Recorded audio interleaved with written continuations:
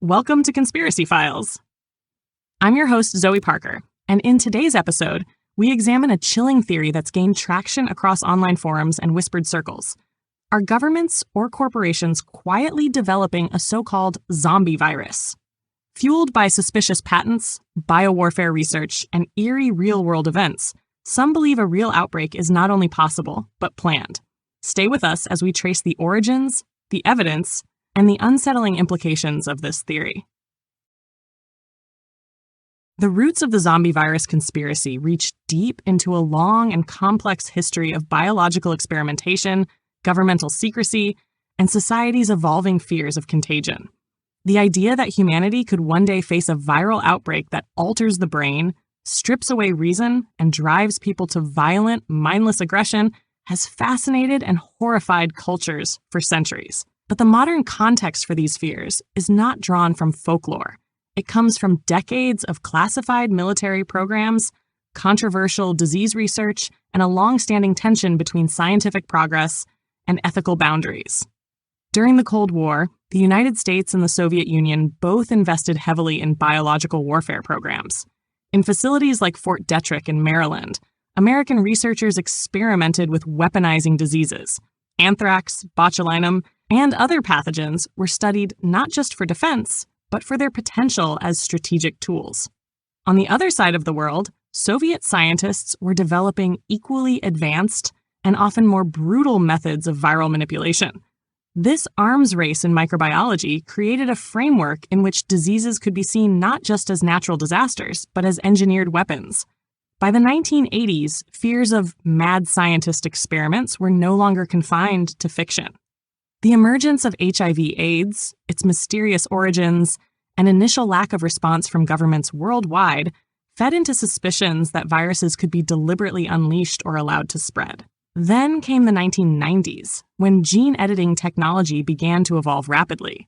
The Human Genome Project, launched in 1990, opened the door for unprecedented biological insight, but it also raised serious concerns about the manipulation of life at its most fundamental level. Parallel to these scientific developments, popular culture was fueling a growing obsession with zombie scenarios. Films like 28 Days Later and Resident Evil didn't portray the undead rising from the grave. Instead, they focused on viruses that infected the living, turning them into violent, mindless beings. The shift was subtle but significant. It wasn't the supernatural that haunted viewers anymore. It was the fear of science gone wrong. These stories echoed the real-world unease around laboratories tinkering with genetic codes, pathogens, and neurological systems. Meanwhile, global institutions continued to invest in so-called gain-of-function research. This type of research involves enhancing the abilities of viruses, making them more transmissible, more deadly, or more resistant to treatment, in order to study how pandemics might unfold. While defenders of gain-of-function argue it's essential for preparedness, critics warn that the risk of accidental or even intentional release is too high. The 2011 publication of research on genetically modified H5N1 avian flu that made the virus airborne in mammals sparked international outrage. The scientific community itself was divided, with some calling the study a blueprint for biological catastrophe. All of these elements, historical secrecy, Cold War bioweapon projects, the rise of genetic engineering, and popular culture's obsession with viral horror, created fertile ground for conspiracy theories. When documents began surfacing online showing real-world patents for viruses that seemed to resemble the behavior of fictional zombie outbreaks, many saw this not as coincidence, but confirmation. Questions emerged. Who was creating these viruses and why? Were these patents legitimate scientific studies or thinly veiled steps in a global plan? The cultural climate became even more charged after the COVID-19 pandemic. Theories about lab leaks, misinformation campaigns, and vaccine skepticism all merged into a chaotic landscape where official narratives were no longer trusted. In this environment, the idea of a zombie virus, once relegated to horror films, suddenly felt disturbingly plausible to many. It wasn't just a fear of the undead. It was a fear of manipulation, betrayal, and a loss of autonomy in a world increasingly shaped by hidden agendas and untouchable institutions. Among the most discussed elements of the zombie virus conspiracy are the individuals, corporations, and government agencies whose work has raised eyebrows. While the theory doesn't revolve around a single mastermind, a pattern of overlapping interests and opaque projects has pointed fingers at several recurring names. These figures, whether intentionally or through the nature of their work, have become central to a growing web of suspicion. One name that frequently arises is the United States Department of Defense, specifically its research wing known as DARPA, the Defense Advanced Research Projects Agency. Established in 1958, DARPA has long been involved in developing cutting-edge technologies, including those related to biological defense. In 2011, DARPA launched a program called Living Foundries, which aimed to re-engineer biological systems for national security purposes. Documents later revealed the scope included synthetic biology, creating organisms that could perform specific tasks, such as sensing environmental changes or targeting pathogens. Critics of the zombie virus theory cite DARPA's interest in brain-machine interfaces and neuromodulation technologies as potentially dangerous if combined with synthetic viruses. Another key player is the Centers for Disease Control and Prevention. In 2011, the CDC published a now infamous blog titled Preparedness 101: Zombie Apocalypse. While it was framed as a tongue-in-cheek way to promote disaster readiness, it ignited a storm of speculation. Why would a major health agency reference something as specific as a zombie outbreak? The post detailed preparedness tips for hypothetical zombie attacks, and conspiracy theorists quickly interpreted it as a coded warning rather than satire. In the private sector, biotech corporations have attracted intense scrutiny. One in particular is Tonix Pharmaceuticals, which filed a patent in 2022 for a synthetic version of the horsepox virus, a close relative of smallpox. While the stated purpose was to develop vaccines, skeptics found the idea of recreating eradicated viruses unsettling. Another corporation, SIGA Technologies, holds a contract with the U.S. government to stockpile antiviral treatments in the event of a smallpox outbreak. While these developments may appear unrelated on the surface, conspiracy theorists argue that the return to smallpox-era research opens the door to viral experimentation that could spiral out of control. International figures have also been pulled into the narrative. Reports of mysterious outbreaks of aggressive neurological symptoms in isolated villages in parts of Africa and Asia have sometimes been linked to foreign health initiatives funded by powerful global organizations. The Bill and Melinda Gates Foundation, for instance, has supported vaccine distribution and disease monitoring across developing nations. While the vast majority of this work is viewed as humanitarian, online theorists often question the true intentions behind such widespread access to populations with little media oversight. Allegations of unethical experimentation, though lacking solid proof, fuel the idea that some remote trials could be hiding the development or testing of something more sinister. Some theorists also point to military drills and exercises with names that seem eerily relevant. In 2012, the U.S. military conducted a training event known as CONOP 8888, a comprehensive plan for dealing with a hypothetical zombie apocalypse. Though clearly labeled as fictional and designed for training purposes, the 31-page document outlines in detail how to identify, contain, and eliminate various types of zombies, including pathogenic zombies created by infectious agents. The existence of such a document within official military archives has been cited as a strange coincidence at best and quiet preparation at worst, whether through patents, pandemic response plans, synthetic virus programs, or disaster training drills. The web of entities involved in the conversation around engineered outbreaks is vast and difficult to untangle. Each piece adds another layer to the growing belief that something unnatural could be unfolding beneath the surface, hidden in technical jargon, buried in patent filings, or quietly tested under the cover of global health initiatives.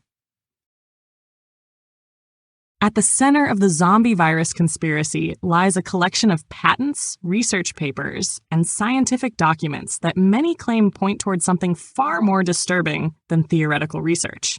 The most often cited pieces of evidence are publicly accessible through international patent databases, official records that, to the trained or curious eye, contain references that appear to describe pathogens capable of altering neurological function, influencing behavior, and in some interpretations, inducing states reminiscent of what popular culture has long depicted as zombie-like.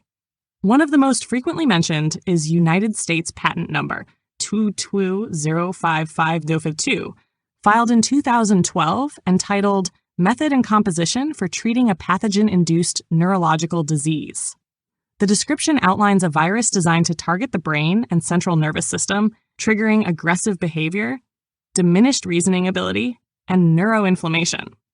The patent also includes a delivery mechanism that uses aerosol dispersal, immediately raising questions about weaponization. To supporters of the conspiracy, this document represents more than theoretical science. To them, it's a blueprint for a behavioral bioweapon disguised as medicine. Another widely discussed document is a patent filed by the U.S. Centers for Disease Control and Prevention for a mutated strain of influenza that includes sequences similar to known rabies variants. Rabies, a virus notorious for its capacity to induce aggression, hallucinations, and cognitive collapse, is often cited as the real-world closest analog to the so-called zombie virus. The idea that flu strains could be genetically engineered to express rabies-like effects has fueled speculation that scientists may already possess the means to create a virus that spreads easily and impacts the brain in devastating ways. Beyond the patents themselves, research from universities and military labs has raised further suspicion. A 2010 study published in the Journal of Virology described the creation of a chimeric virus combining vesicular stomatitis virus with proteins from the rabies virus. This hybrid was able to infect neural tissue with exceptional efficiency. Though the researchers intended this for use in understanding neural pathways, theorists seized on the findings as proof of dual-purpose research, studies that could be repurposed into something far darker under the right circumstances. Adding fuel to the fire are reports of lesser-known diseases in nature that mimic zombie-like symptoms. The parasite, Toxoplasma gondii, has been shown to alter rodent behavior, reducing fear of predators by rewiring parts of the brain. In tropical regions, the Ophiocordyceps fungus infects insects, taking over their motor function and driving them to climb vegetation before killing them to spread spores. These examples from the natural world are frequently cited to suggest that mind control through infection is not only possible, but already occurring in lower organisms, implying that scaling such a mechanism to humans may not be entirely out of reach. Critics of the conspiracy argue that patents are often written in broad language to cover potential developments, and that referencing aggressive behavior in connection with neurological disease is common in medical literature. But to believers, the overlap of terminology, the involvement of government bodies, and the convergence of these patents during a time of heightened global anxiety over viruses is too much to dismiss as coincidence. What further intensifies the discussion is the presence of predictive elements in entertainment media, especially when viewed through the lens of what's been dubbed revelation of the method, a belief that those in power deliberately place the truth in plain sight as a form of psychological conditioning.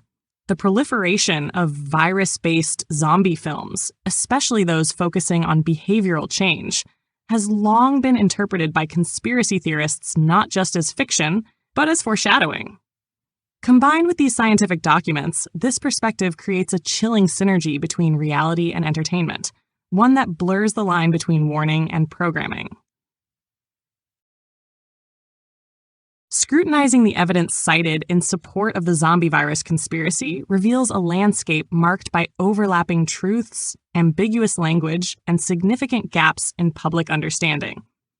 One of the most frequently debated points is the interpretation of scientific patents and research studies, documents that, while technically accessible, are often filled with terminology and phrasing that leave them open to misinterpretation or manipulation. Take, for example, the much-cited 2012 patent involving pathogen-induced neurological changes. The document, on closer examination, appears to outline methods for treating neuroinflammation caused by viral infection. However, the language used, discussing behavioral symptoms like aggression, cognitive impairment, and nervous system degeneration, reads eerily similar to fictional depictions of a zombie-like state. Conspiracy theorists highlight the inclusion of aerosolized delivery systems, a legitimate feature in many modern vaccines and medications, as a red flag for weaponization. Critics argue that the misreading stems from a lack of context. Such delivery systems are designed for rapid treatment in crisis scenarios, not for covert neurological manipulation. Another case that draws attention is the rabies-influenza hybrid research. While it's true that scientists have experimented with inserting rabies virus proteins into other viruses to explore neural delivery mechanisms, the intent, according to the researchers, was to study how viruses travel within the brain, particularly for potential treatments of neurological diseases. The crossover between viruses and behavior is not inherently nefarious. Still, the research does inadvertently show that it is biologically possible to craft viruses that influence brain function, making it easy for such studies to be reframed in more sinister terms. Similarly, the 2010 chimeric virus search involving rabies proteins demonstrates that scientific pursuits often dance on the edge of what could be perceived as dual-use technologies. The study's findings showed increased efficiency in delivering genetic material to neural cells, important for understanding diseases like Parkinson's and Alzheimer's. But in a different light, this same ability could be construed as a step toward targeted behavioral control via viral means. It's not just the patents and published studies that raise questions. Reports of leaked emails, whistleblower claims, and obscure procurement contracts add additional layers of suspicion. In one instance, an online leak claimed to show a Department of Defense order for behavior-modifying viral vectors, although no confirmed source could verify the document's authenticity. In another case, a university lab was accused of improperly disposing of genetically modified animal tissue, sparking fears that experimental pathogens could escape into the environment. Even fictional documents, like the U.S. military's CONOP 8888 Zombie Preparedness Manual, are interpreted through a serious lens by some researchers. Although officially stated to be a training tool, its detailed breakdown of various zombie types, containment strategies, and response tactics reads like a genuine operational guide. The inclusion of pathogenic zombies as a threat scenario lends credibility, in the eyes of believers, to the theory that such a scenario has been not only imagined, but wargamed. Yet many of these pieces of evidence lack conclusive linkage. Patents for neurological treatments are not proof of conspiracy. Studies involving modified viruses don't automatically imply malicious intent, and without authenticated documentation or whistleblowers willing to speak publicly under oath, most of the claims remain speculative. Still, the pattern of research trajectories, government involvement, and the use of alarming language continues to stir unease. To those who already distrust official narratives, these ambiguities are not exculpatory. They're suggestive. The very vagueness of the documents, the redactions in FOIA releases, and the technical nature of the science become part of the perceived cover-up. Amid the escalating web of theories and contested documents, a growing number of experts and skeptics have stepped forward to challenge the core assertions behind the zombie virus conspiracy. Their arguments, while often technical and rooted in established science, aim to draw a sharp line between speculative paranoia and practical reality. These counterpoints don't seek to ridicule the theory outright, but rather to explain why the evidence cited by believers may not hold up under closer examination. A key argument offered by virologists and patent law professionals is the way patents themselves function. In biotechnology, broad language in a patent isn't unusual. It's a protective measure, ensuring that potential variations of a therapeutic method or tool are legally covered. When a patent describes possible behavioral changes from a neurological treatment, it isn't necessarily suggesting the intent to cause those effects. Instead, it's covering the possibility that such symptoms might occur in certain conditions and must be addressed in treatment design. In this view, patents are not admissions of weapon development. They're legal safety nets written in anticipatory legalese. In the case of the influenza-rabies hybrid studies, scientists have emphasized that the genetic modifications made to these viruses were conducted under strict containment protocols in BSL-3 or BSL-4 labs designed to prevent leaks. The goal of these studies was to create vectors that could reach the brain to deliver therapies for neurodegenerative diseases, projects aimed at healing rather than harming. The rabies virus, because of its neurotropic nature, is often used in neuroscience precisely because it targets brain tissue effectively. Critics of the conspiracy stress that in nearly every example cited, the research was peer-reviewed, published in open scientific journals, and reviewed by ethics boards.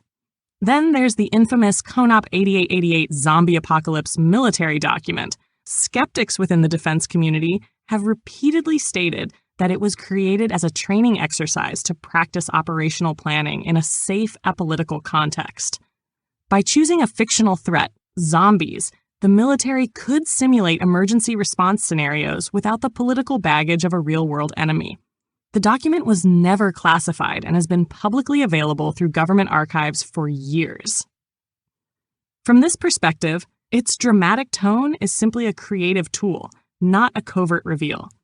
Psychologists and sociologists add another dimension to the skepticism. They argue that the zombie virus conspiracy is, in part, a modern myth, a reflection of collective fears about disease, loss of autonomy, and trust in institutions. The rise of pandemics, government overreach, and powerful pharmaceutical conglomerates has created a landscape where fears can easily coalesce around worst-case scenarios. The zombie archetype, in this context, becomes a symbolic stand-in for societal breakdown, not a literal threat. Additionally, experts point to the logistical and biological hurdles that would make engineering a true zombie virus nearly impossible.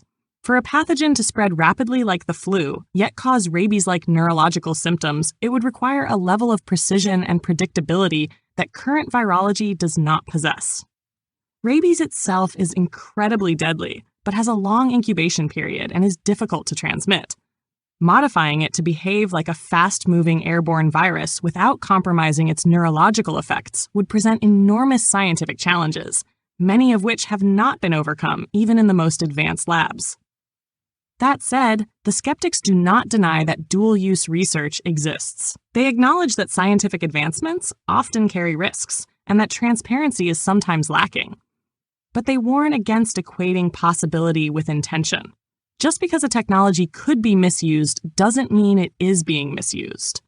In their view, fear-based interpretations of complex science do more harm than good, spreading misinformation and undermining legitimate medical research. Still, they admit that in an age of fragmented information and eroding trust, even the most rational explanations struggle to compete with a compelling narrative. The zombie virus conspiracy, regardless of its factual merit, has tapped into deeper cultural anxieties that go far beyond virology or classified documents. It reflects a society grappling with fears of losing control, of the body, of truth, and of the systems once thought to protect it. At its core, the theory speaks to a psychological fracture, one that has been widened by years of distrust in institutions, confusion over scientific messaging, and the traumatic imprint of real-world pandemics. One of the most striking aspects of the theory's persistence is how it mirrors fears that are not new, but ancient. The idea of the human body being overtaken by an external force, be it spiritual possession, mental illness, or disease, has haunted humanity for centuries. In religious texts, possession by demons often results in behavior that echoes the modern image of a zombie: violent, erratic, unrecognizable. In medieval Europe, mass hysteria events like the Dancing Plague of 1518 saw groups of people convulsing uncontrollably, some dying from exhaustion, with no clear medical explanation. Whether understood as divine punishment or madness, these events echoed the same core fear: the body rebelling against the self, autonomy lost. In today's context, that fear is amplified by the growing opacity of global systems. Governments hold closed-door meetings about biodefense. Tech billionaires invest in doomsday bunkers and remote compounds. Pharmaceutical companies hold patents on viral strains, genetic sequences, and even naturally occurring organisms. These realities create fertile ground for suspicion, particularly in a media environment dominated by sound bites, conflicting reports, and click-driven narratives. The more complex the system, the easier it is for conspiracy to find space within it. The concept of a zombie virus represents more than a biological threat. It is a metaphor for societal breakdown. In fiction, zombies are never just the enemy. They are the backdrop for collapse. Institutions fail. Communities fracture. Human nature itself is tested. This imagery resonates in a world where people increasingly feel powerless. The idea that a virus could strip away reason, empathy, and self-control mirrors fears of political extremism, social alienation, and digital manipulation. The infected, in this sense, become a symbol of the loss of critical thinking in an age of propaganda and mass persuasion. On a geopolitical level, the theory plays into long-standing concerns about state power and covert experimentation. Governments have, in the past, engaged in unethical human trials.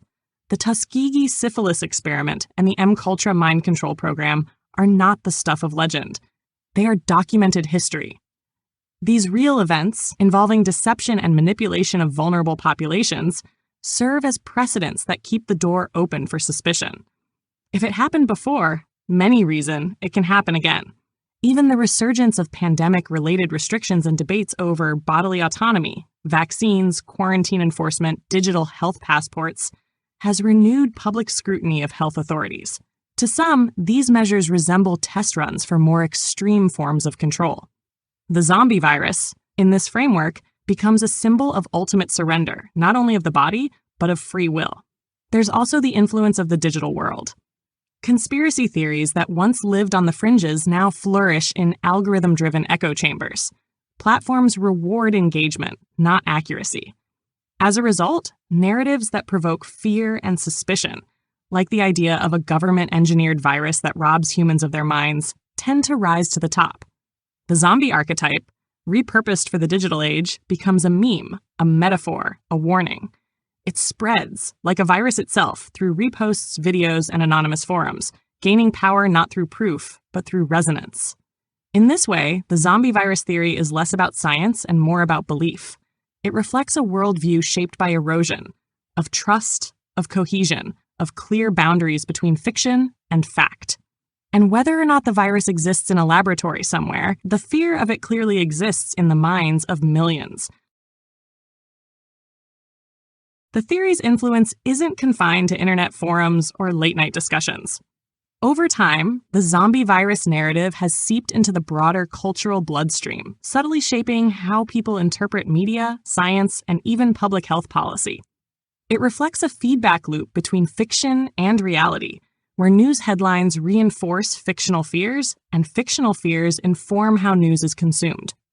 As this cycle continues, the boundary between informed skepticism and fear-based belief grows increasingly difficult to distinguish. Popular media has played a central role in reinforcing the psychological architecture of this theory.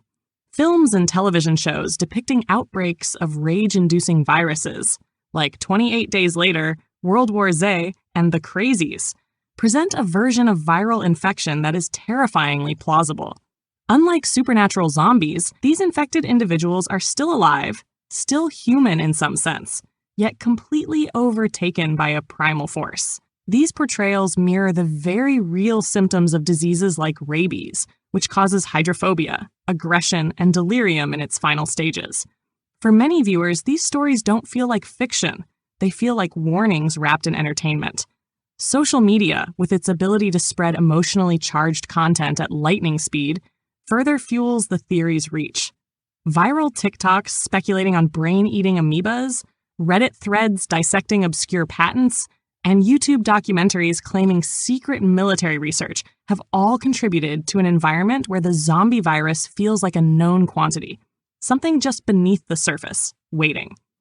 These digital narratives gain traction not because they offer definitive proof, but because they provide a structure for making sense of a chaotic world.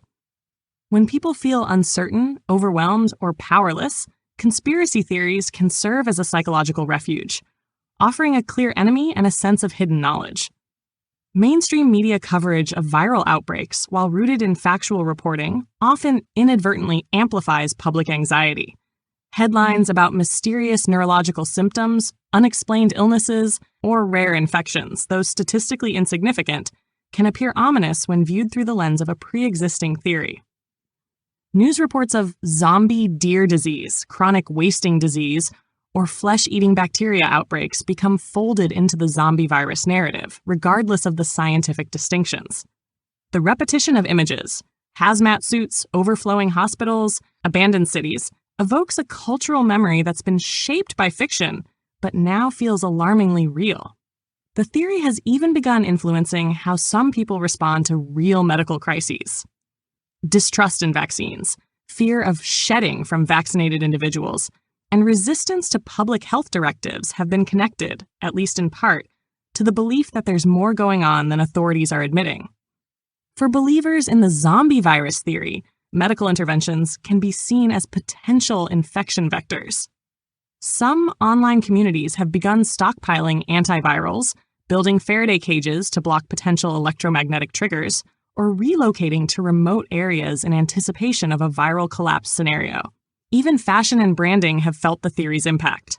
Survivalist gear companies now market biohazard prep kits that include gas masks, iodine tablets, and viral protection suits. Influencers monetize their apocalypse readiness, turning what was once fringe paranoia into a lifestyle brand. Fictional horror has become marketable preparedness, and in doing so, it helps keep the theory alive, subtly reaffirming that the unimaginable is not just possible, but perhaps inevitable. Through all of this, the narrative continues to evolve. It has moved beyond its origins in patent filings and laboratory rumors to become a cultural symbol, one that captures our collective unease about biology, control, and collapse. Whether driven by media exposure, political mistrust, or genuine concern, the theory thrives in an environment where fear, fiction, and fact are no longer easily separated. And as it spreads across platforms, generations, and borders, it reshapes how we prepare for and imagine the future. Beneath the primary conspiracy lies a labyrinth of fringe theories, speculative interpretations, and esoteric beliefs that expand the zombie virus narrative into even darker territory. These offshoots push the boundaries of conventional thought, often blending science fiction, occultism, and advanced technology into a complex web of speculation. While mainstream conversations tend to focus on biological warfare or unethical research, fringe theorists delve into realms where the virus is not just man-made, but part of a much larger, multi-layered agenda. One of the more extreme theories suggests that the zombie virus isn't designed simply to incapacitate or kill. It's intended to sever the human connection to consciousness itself. According to this idea, the virus doesn't merely cause aggression or loss of higher reasoning, but disrupts the soul's ability to remain anchored in the body. Proponents point to neurological studies involving the pineal gland, often called the seat of the soul, and speculate that certain viral proteins could inhibit this organ's function.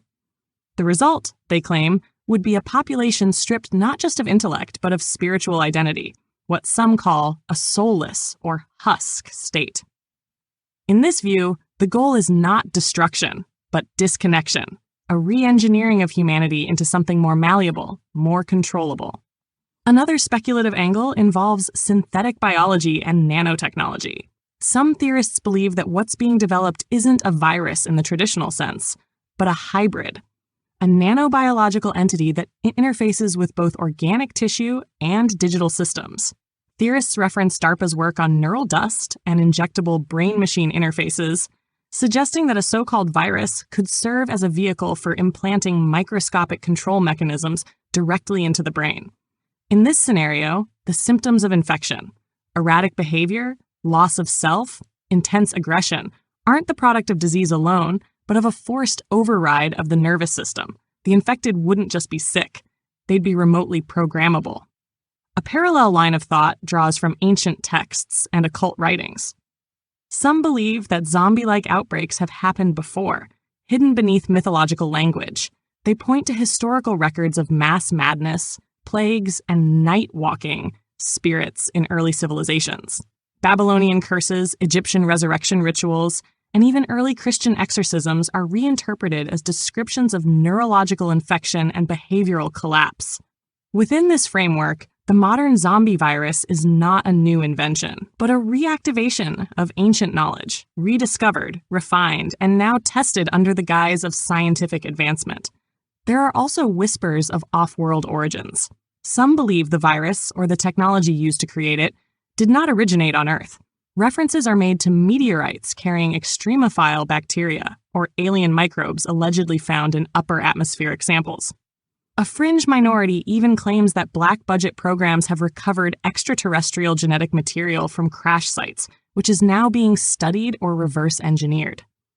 In this theory, the zombie virus represents not merely human ambition, but a contagion from beyond, repurposed for unknown ends.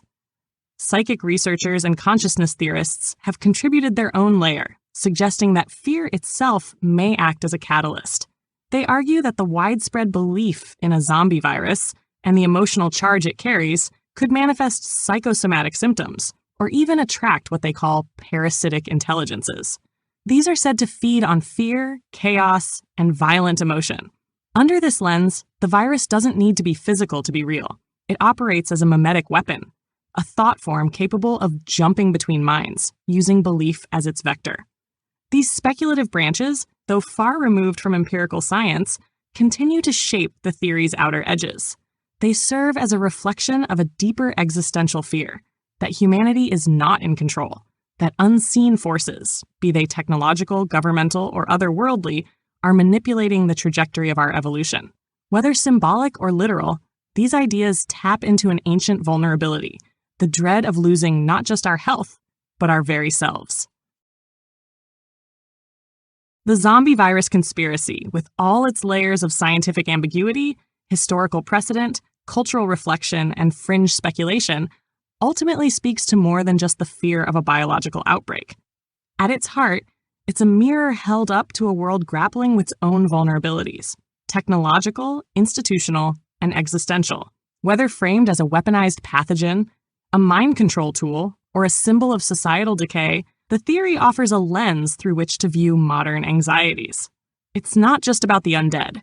It's about the fear of losing autonomy, trust, and connection in a world where the boundaries between fact and fiction grow increasingly thin. While some see evidence of nefarious intent in patents, research, and obscure military documents, others argue these are simply misinterpreted facets of modern science. The overlap between real-world disease research and fictional narratives complicates the conversation, making it difficult to separate plausible concerns from speculative leaps. Yet the theory endures, because it taps into something deeper than documentation. It thrives on uncertainty. That uncertainty is compounded by a global climate of distrust. Institutions that once held public confidence now face scrutiny with every decision. Science, once a beacon of clarity, has become entangled in politics, profit motives, and public relations. In that environment, even legitimate research can appear sinister when viewed without context, or through the lens of fear. For those seeking certainty, the zombie virus theory offers a complete narrative. It explains complex systems through a single unifying fear, reducing a chaotic world to something horrifying but understandable. It also reflects the human tendency to seek stories that make sense of trauma. The pandemic changed how societies perceive illness, control, and preparedness. Lockdowns, mask mandates, emergency powers, and the global rush for vaccines stirred debates over bodily autonomy and state authority. Within that context, the zombie virus conspiracy became more than just a fringe idea. It became a vessel for expressing broader concerns. Whether through fear of forced compliance or bioengineered catastrophe, it voiced the unspeakable, that humanity may be heading toward a future not of liberation, but of manipulation. Even if the specific claims of the theory remain unproven or implausible, its persistence tells us something important. It reveals a population hungry for answers, fearful of silence, and increasingly convinced that the official story is never the full story. In an age where data is both weapon and shield, where science can heal or harm depending on whose hands guide it, the zombie virus theory becomes less about infection and more about interpretation. And that interpretation varies wildly. To some, it's a call to preparedness. To others, a warning to question authority. To many more, it's simply another chapter in a long and unsettling history of wondering what might be done behind closed doors. Whether it's a glimpse into possible futures or a misreading of complex research, the zombie virus conspiracy has become a permanent fixture in the constellation of modern fears. Thanks for listening. This has been Conspiracy Files. If you enjoyed today's episode, be sure to follow us wherever you get your podcasts. And if you'd like to support the show, subscribe to the Forbidden Knowledge Network on Patreon for exclusive episodes, early access, and more. Until next time, stay alert, stay curious, and question everything.